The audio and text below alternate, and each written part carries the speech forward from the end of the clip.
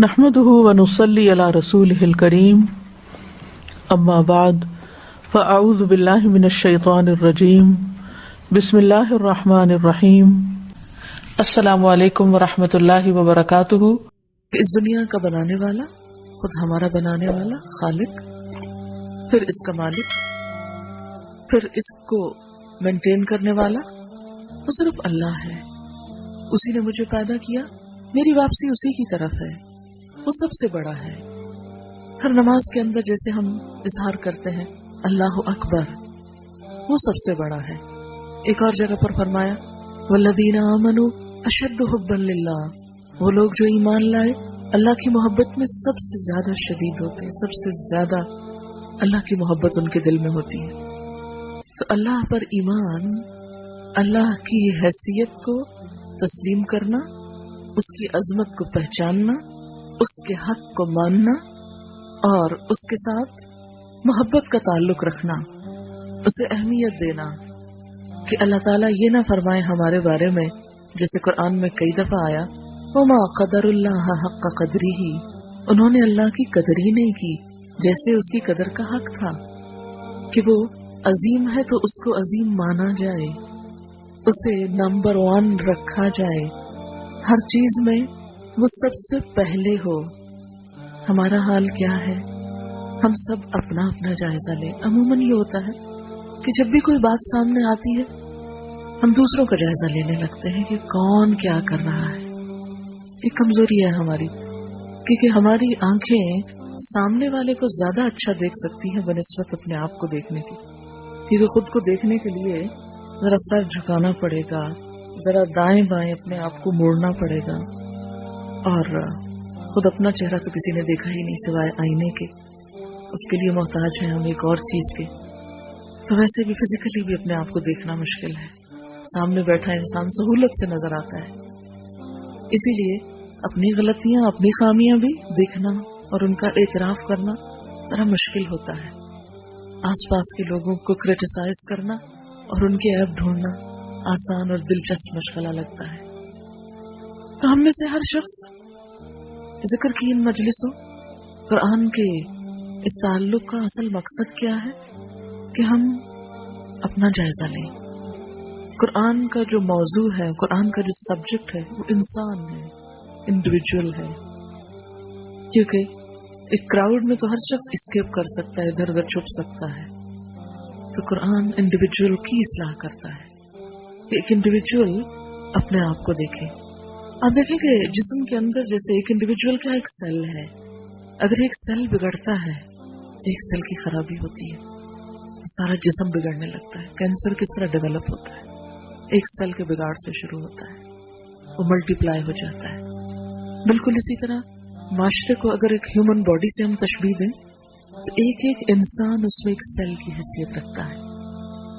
और अगर सेल बिगड़ने लगे, एक बिगड़ने लगे, तो वो बिगाड़ ठहरता नहीं, वो दूसरे को दूसरा, तीसरा चौथे को आगे से आगे बात चल पड़ती है।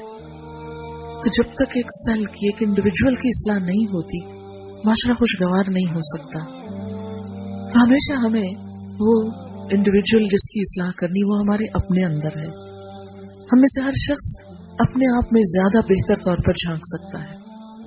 तो बात ये हो रही थी अल्लाह की मोहब्बत की, अल्लाह का हक पहचानने की, अल्लाह की कदर की।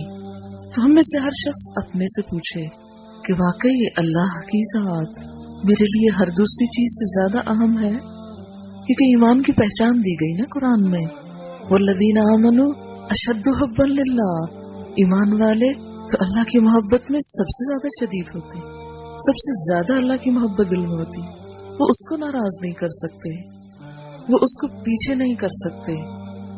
वो सबसे अहम तरीन प्रायोरिटी है इंसान की।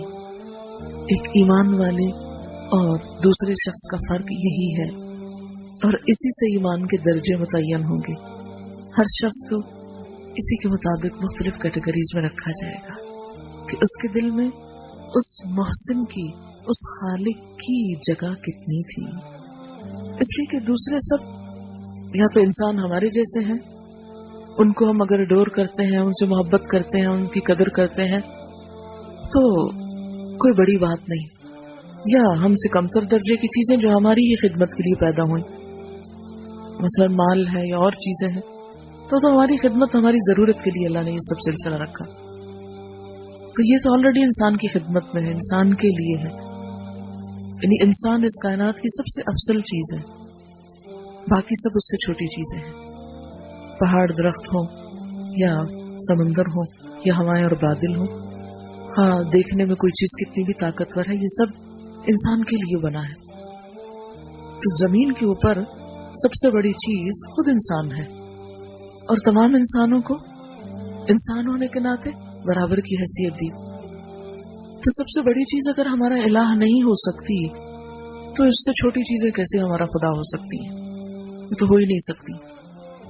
تو ہمیں سب سے زیادہ جس کی قدر اور جس کی محبت اپنے دل میں لانے کی شعوری کوشش کرنی چاہیے. آپ دیکھیں کہ کچھ چیزیں ہماری کمزوری ہوتی ہے نا، ضرورت ہوتی ہے، تو اس میں ہمیں کوئی بڑی کوشش کرنی نہیں پڑتی، وہ خود ہی آ جاتی ہیں وہ چیزیں. لیکن اللہ کی ذات اور اللہ کی محبت ایک بڑی چیز ہے، ایک بہت بڑا انعام ہے اس کا. تو اس کے لیے ہمیں ایک ایفرٹ کی ضرورت ہوتی ہے، اسے لانا پڑتا ہے.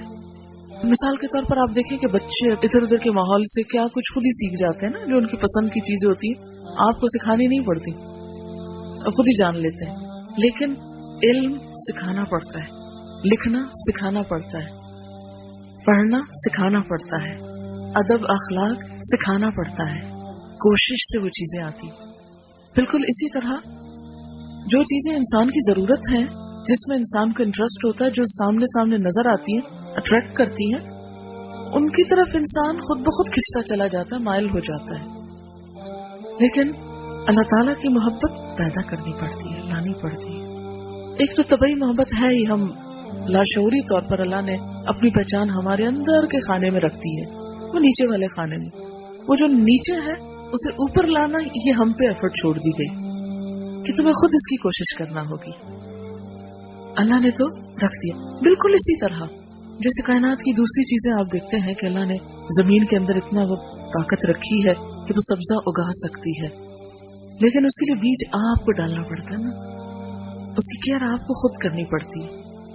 جس گھاس پہ آپ بیٹھے ہیں، جو پھول آپ دیکھ رہے ہیں، اس زمین میں طاقت تھی کہ یہ اگائے، لیکن اسی وقت اگے جب آپ نے ان کو اگایا، ان کے لیے محنت کی، کوشش کی، کیئر کی. اگر آپ چند دن ان کو پانی نہ دیں تو آپ دیکھیں کیا ہوتا ہے، سوکھ جائیں گے، پیلے پڑ جائیں گے، گھاس کی رونق ختم ہو جائے گی. کنٹینیوسلی آپ کو ایفرٹ کرنی پڑتی ہے سرسبز رہے. بالکل اسی طرح دل کی حالت اور دل میں اللہ کی محبت، خواہ اس کا بیج پڑ جائے، خواہ اس کے اندر وہ اللہ نے ایک قدرتی طلب رکھی ہے، ضرورت ہے، لیکن اس کو گرو کرنے کے لیے، اسے بڑھانے کے لیے، اس کو سرسبز رکھنے کے لیے، اسے آگے سے آگے لے جانے کے لیے آپ کو کنٹینیوس ایفرٹ کی ضرورت ہے. اگر آپ دل میں ایمان کے بیج کو پانی نہیں دیں گے تو بیج پڑا رہے گا، یا اس سے پیلا سوکھا پودا ایک چھوٹا سا اٹھا رہے گا. اور سوکھے پودوں کا کیا ہوتا ہے نا، بیچاروں پہ پھول لگتے ہیں، نہ کوئی پھل آتے ہیں. کتنا بھی اچھا پودا آپ نے لگا رکھا، اگر آپ اس کی کیئر نہیں کر رہے تو وہ کچھ عرصے کے بعد کچھ بھی نہیں دے گا آپ کو. اسی طرح ہم میں سے ہر ایک کے دل میں اللہ کا نام، اللہ کی پہچان، اللہ کی محبت کسی نہ کسی لیول پہ ہے، لیکن بڑھے گی جب آپ اس کی کیئر کریں گے، اسے ایسا ماحول دیں گے، پانی دیں گے، اور پھر وہ آگے سے آگے چلتی چلی جائے گی. تو نیکی کو اللہ تعالیٰ کیا فرماتے ہیں کہ صرف بے شعوری کے ساتھ، بددلی کے ساتھ کچھ چیزوں کو کر لینا، یہ نیکی نہیں ہوتی. نیکی کیا ہے؟ سب سے پہلے اللہ پر ایمان. اور اللہ پر ایمان کیا ہے؟ اللہ کا حق پہچان کے، اللہ کی محبت دل میں لانا، اللہ کی قدر کرنا، اس کو نمبر 1 رکھنا، والیوم الآخر، اور آخرت کے دن پر ایمان.